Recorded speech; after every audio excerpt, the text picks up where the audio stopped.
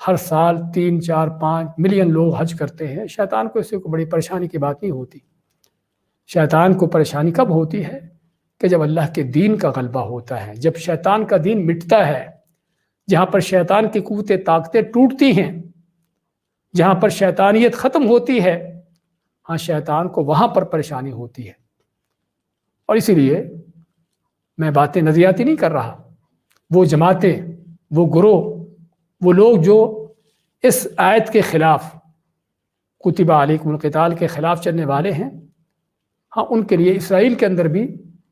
ان کے مرکز کھلے ہیں، ان کے سینٹر کھلے ہیں، دعوتی سینٹر، آؤ تبلیغ کرو، کوئی مشکل نہیں،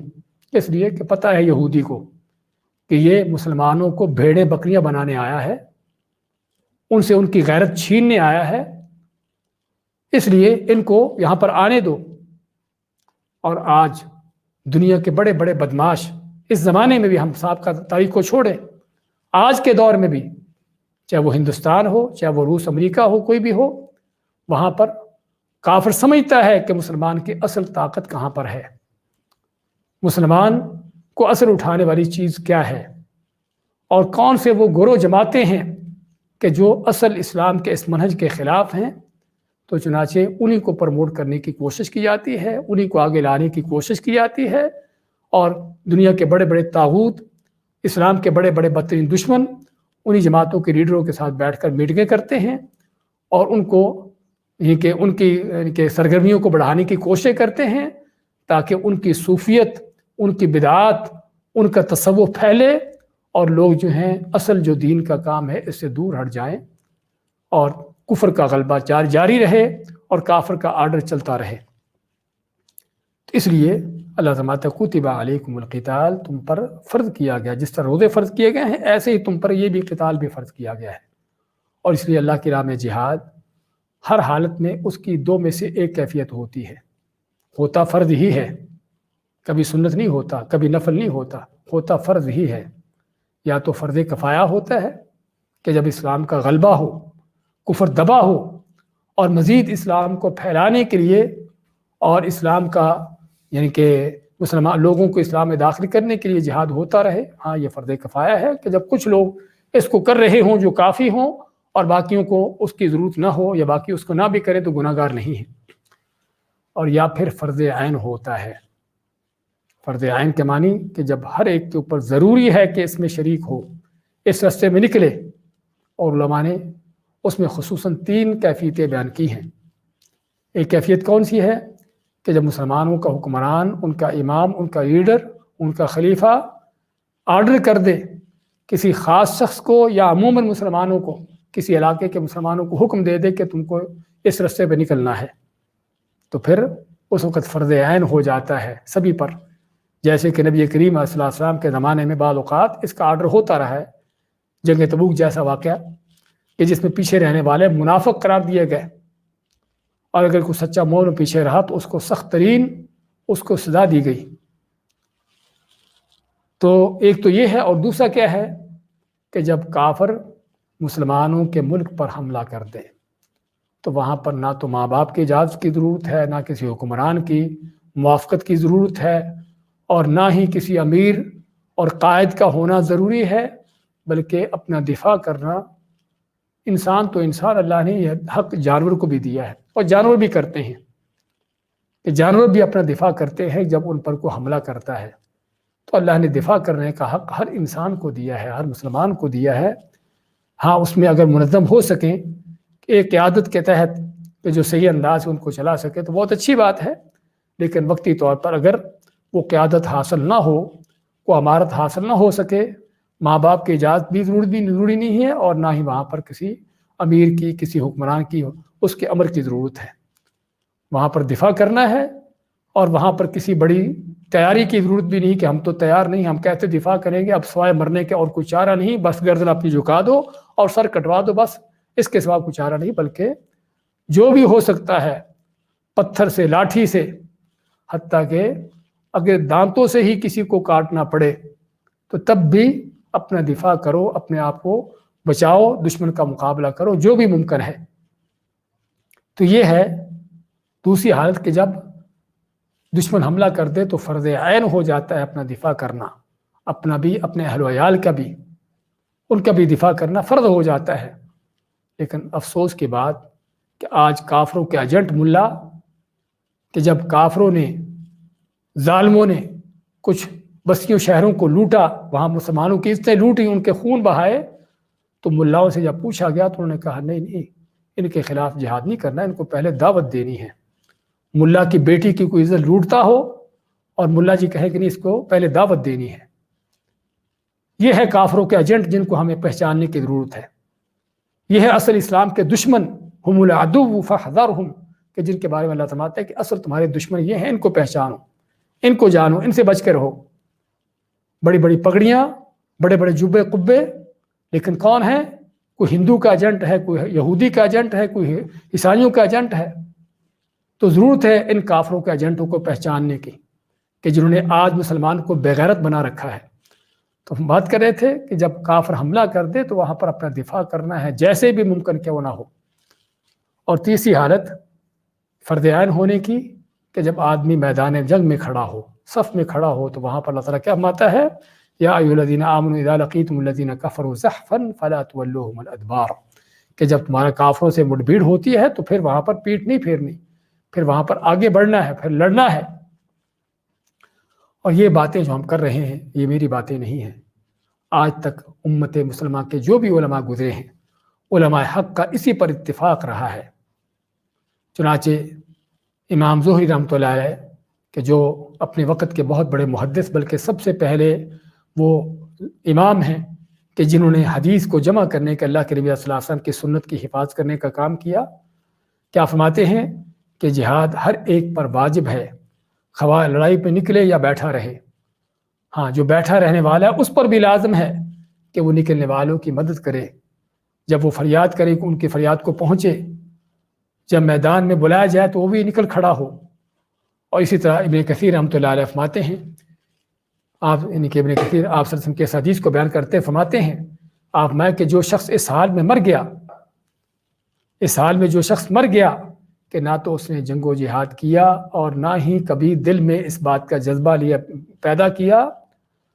تو چاہے کلمے کتنے بھی کیوں نہ پڑھتا تھا، نمازیں روزے کتنے بھی کیوں نہ رکھتا پڑھتا تھا، اس کی موت جب بھی آئے گی اس کی موت منافقت پر آئے گی۔ مات علی شعبۃ من النفاق، اس کی نفاق کے ایک شاخ پر مرے گا، یعنی منافقت پر اس کی موت آئے گی۔ کس لیے؟ کیونکہ اصل یہی جہاد ہی، یہی قتال ہی، اللہ کی راہ میں جنگ ہی ہے کہ جو مومن اور منافق میں فرق کرنے والا ہے۔ تو خیر بات کر رہے تھے کہ یہ ہے کہ وہ قتال جس کا اللہ تعالیٰ فرماتا ہے کتب علیکم، تم پر فرض کیا گیا ہے، وہو کرہ لکم، لیکن وہ تم کو ناپسند ہے، کیونکہ وہاں پر جانیں کٹتی ہیں، جانے جاتی ہیں، سر کٹتے ہیں، بڑی مشکلات ہے، رہنے سہنے کی، کھانے پینے کی، گرمی سردی ہے، ہر وقت موت کا پہرا ہے اور ہر وقت خطرات ہیں، تو مشکلات تو ہیں، گھر بار چھوڑنا پڑتا ہے، کاروبار، ان چیزوں کو الوداع کرنا پڑتا ہے، دنیا کے سارے راحت و آرام کو چھوڑ چھاڑ کر نکلنا پڑتا ہے، تو ہے تو بڑا مشکل۔ اسی میں وہ کرہ کا لفظ جو ہے کہ جس کو کہا جاتا ہے کہ سراپا کراہت، یعنی جس میں کراہت ہی کراہت ہے، جس میں مشکل ہی مشکل ہے۔ لیکن کیا ہے؟ وَعَسَىٰ أَن تَكْرَهُوا شَيْئًا وَهُوَ خَيْرٌ لَكُمْ، ممکن ہے کہ جس کو تم کو ناپسند کرتے ہو وہی تمہاری خیر کی ہو۔ ہاں، وہ چیز جو تم ناپسند کرتے ہو اسی میں تمہاری خیر ہو۔ وہ خیر کیا ہو؟ علماء نے اس کی خیر کے مختلف پہلو بیان کیے ہیں،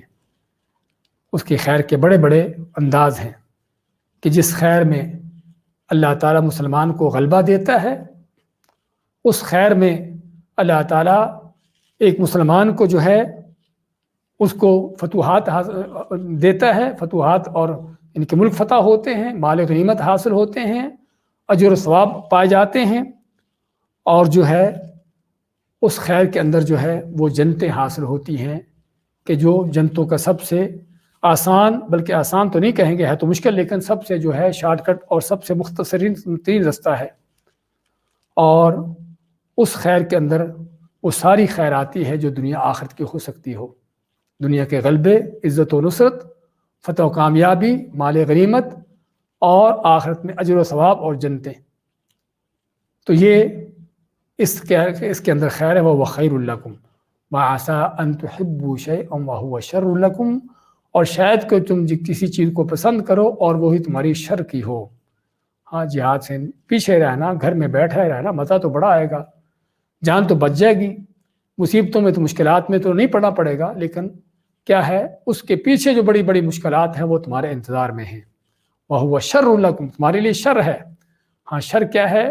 کہ کافر کا غلبہ ہوگا، تم مغلوب ہوگے، کافر چڑھے گا، تمہاری حکومتیں ختم ہوگی، ملک تباہ ہوں گے، خون بہیں گے، گردنیں کٹیں گی اور اس سے لوٹے گی، اور جو ہے ذلیل و خوار ہوگے دنیا کے اندر۔ تو یہ ہے وہ شر کہ جس شر سے بڑھ کر اور کوئی شر نہیں، اور پھر ہمیشہ ہمیشہ کی آخرت میں جہنم انتظار میں ہے، کیونکہ اللہ کے اس حکم سے روگردانی کر کے، اللہ کے حکم کو چھوڑ کر، اللہ کے بندوں کو ظلم و ستم میں چھوڑ کر اپنی عافیت لیے گھر میں بیٹھ گئے تو اپنا گھر بھی نہیں بچے گا، اپنی جان بھی نہیں بچے گی، اللہ کے ہاں بھی مجرم ٹھہرو گے۔ علامہ قرطبی رحمۃ اللہ علیہ جو قرطبہ کے رہنے والے تھے اور جو اندلس کے اسپین کے بڑے شہروں میں سے ایک شہر تھا، بلکہ اس کا کیپٹل تھا، اس کا دارالحکومت تھا، کیا فرماتے ہیں اسی آیت کی تفسیر میں کہ اللہ تعالیٰ کا فرمان بالکل حق اور سچ ہے، کوئی جس میں شک شبہ نہیں، کیونکہ فرماتے ہیں کہ ہم نے ان چیزوں کو اپنی آنکھوں سے دیکھا۔ اندلس میں کہتے ہیں کہ جب جہاد کو چھوڑا گیا، لڑائی سے بزدلی اختیار کی گئی اور دشمنوں سے بچنے کے لیے فرار کی راہیں ڈھونڈی گئی، تو اس کا نتیجہ کیا ہوا کہ دشمن شہر و ملکوں پر قابض ہوئے، اور اس کے بعد مسلمانوں کو قیدی بنایا گیا، قتل و غارت کی گئی، بچوں عورتوں کو غلام بنایا گیا، عزتوں کی بربادی ہوئی، اور وہ اندلس کہ جو کسی وقت اسلام کا گہوارہ تھا اور یورپ میں ایک اسلام کا جھنڈا گڑا ہوا تھا جس پر، وہ یورپ جو ہے، وہ اندلس جو ہے،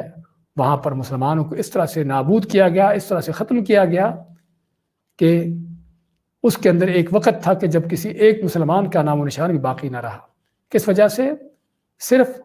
اسی شر کو اپنانے کی وجہ سے، شر کے رستے پر چلنے کی وجہ سے، کہ دنیا کی راحت و آرام کو حاصل کرنے کی تمنا اور اللہ کی راہ میں قربانیوں کا رستہ چھوڑا۔ نتیجہ کیا ہوا کہ اللہ نے ذلت و رسوائیوں کو مقدر کر دیا۔ وہ جو راحت و آرام حاصل کرنے کے لیے بیٹھے تھے گھروں میں، وہ گھر بھی برباد ہو گئے، وہ راحت و آرام بھی لٹ گئے، جانیں بھی مٹ گئیں، عزتیں بھی لٹ گئیں۔ ہاں یہ ہے علامات ہے وَعَسَىٰ أَن تُحِبُّوا شَيْئًا وَهُوَ شَرٌّ لَكُمْ، کہ اللہ کی راہ سے پیچھے ہٹ کر، قربانیوں کا رستہ چھوڑ کر، اللہ کی راہ میں قتال و جہاد کے رستے چھوڑ کر تم کو شر ملے گا، کہ دنیا کا شر بھی اور آخرت کا شر بھی۔ واللہ یعلم وانتم لا تعلمون، آخر میں آیت کو ختم کرتے فرمایا کہ اللہ تعالیٰ جانتا ہے، تم نہیں جانتے ہو۔ اس بات کی تنبیہ کرنے کے لیے کہ اپنے خیالات پر نہ چلو، اپنے تصورات کو نہ اپناؤ، بلکہ یہ دیکھو کہ کائنات کا رب کیا کہتا ہے، اس نے کیا تم کو تعلیم دی ہے، اس نے تم کو کون سے خیر کے رستوں کی رہنمائی کی ہے، ہاں اس پر چلنا تمہاری خیر ہے۔ جس شر سے اس نے بچنے کا حکم دیا ہے، اس سے بچنا ہی تمہاری خیر ہے، اسی میں تمہاری بہتری ہے، کیونکہ وہ بہتر جانتا ہے کہ تمہاری کامیابی، تمہاری کامرانی، تمہاری عزتوں کا رستہ کون سا ہے، اور کون سا رستہ ہے کہ جہاں پر چل کر تم کو ذلت رسوائیاں حاصل ہوں گی۔ اس لیے اللہ کی دی ہوئی باتوں کو اپناؤ، اس کے احکام پر چلو، اسی میں تمہاری خیر ہے۔ تمہارے دیکھیے آج کیا آتے ہیں، ام حسبتم ان تدخلوا الجنہ، کیا تم نے سمجھا کہ تم ایسے ہی جنت میں جا پہنچو گے، ایسے ہی جنت میں داخل ہو جاؤ گے؟ ولما یاتکم، اور لما ابھی تک نہیں، یاتکم آئی تمہارے پاس، مثل الذین خلو من قبلکم، مثالیں ان لوگوں کی، واقعات ان لوگوں کے جو تم سے پہلے گزر چکے، حالات ان لوگوں کے تم کو نہیں پہنچے۔ مستهم البأساء والضراء، ان کو پہنچی البأساء بہت فقر و فاقے، بہت تنگیاں، والضراء اور تکلیفیں، مصیبتیں، وزلزلوا اور ان کو ہلا دیا گیا، حتی یقول الرسول یہاں تک کہ پکار اٹھا رسول بھی، والذین آمنوا معه اور جو اس کے ساتھ ایمان لانے والے ہوتے وہ بھی پکار اٹھے، متی نصر اللہ، اللہ کی مدد کب آئے گی، الا خبردار، ان نصر اللہ قریب، کہ بے شک اللہ کی مدد بہت قریب ہے۔ یسألونک، سوال کرتے ہیں آپ سے، پوچھتے ہیں آپ سے، ماذا ينفقون، کہ کیا خرچ کریں؟ قل ما انفقتم، کہہ دیے کہ جو بھی تم خرچ کرتے ہو، من خیر، حلال کے مال سے، فللوالدین، والدین کے لیے ہے، والاقربین اور قرابت والے رشتہ داروں کے لیے ہے، والیتامی اور یتیموں کے لیے، والمساکین اور مسکینوں غریبوں کے لیے، وابن السبیل اور مسافروں کے لیے، وما تفعلوا من خیر، اور جو بھی تم خیر و بھلائی کرتے ہو، نیکی کا کام کرتے ہو، فإن اللہ بہ علیم، پس بے شک اللہ تعالیٰ اس کو خوب جانتا ہے۔ کتب علیکم القتال، لکھا گیا تم پر، فرض کیا گیا تم پر جہاد کرنا، وہو کرہ لکم، اور وہ تم کو ناپسند ہے، وعسیٰ ان تکرہوا شیئا، اور شاید کہ تم کوئی چیز ناپسند کرو۔ اور یہ بھی یہاں پر بیان کرنے کی ضرورت ہے کہ شاید کا لفظ، عسیٰ کا لفظ جب اللہ تعالیٰ کے حوالے سے آتا ہے تو پھر شاید نہیں بلکہ حقیقت ہوتا ہے، یقینی ہوتا ہے کہ ممکن ہے کہ حالانکہ تم جو چیز ناپسند کرتے ہو وہی تمہاری خیر کی ہو۔ وعسیٰ ان تحبوا شیئا، اور جس چیز کو تم محبت کرتے ہو وہی تمہاری کیا ہو، وہو شر لکم، وہی چیز تمہارے شر کی ہو، تمہارے نقصان کی ہو۔ واللہ یعلم وانتم لا تعلمون، اور اللہ تعالیٰ ہی جانتا ہے اور تم نہیں جانتے ہو۔ بارک اللہ فیکم۔